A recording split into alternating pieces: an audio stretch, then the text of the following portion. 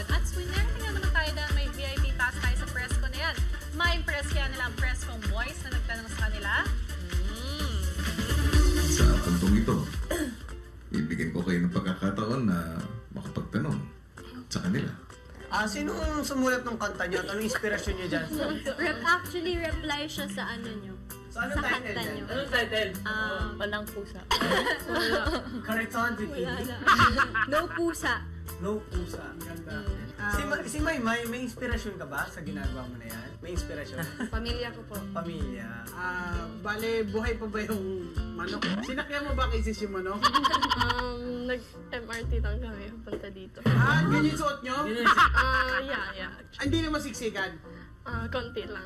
Sino single nga pala sa inyo? Lahat yung girls. Ay, lahat kayo All single. the dream girls are single. Hala ko.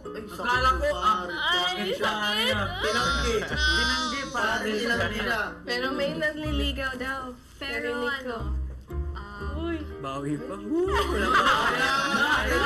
Tinanggi. Tanungin mo na kasi.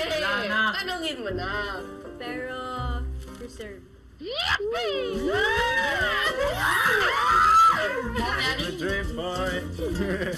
Gentlemen, muli, isang masigabong palakpakan para sa Dream Girl.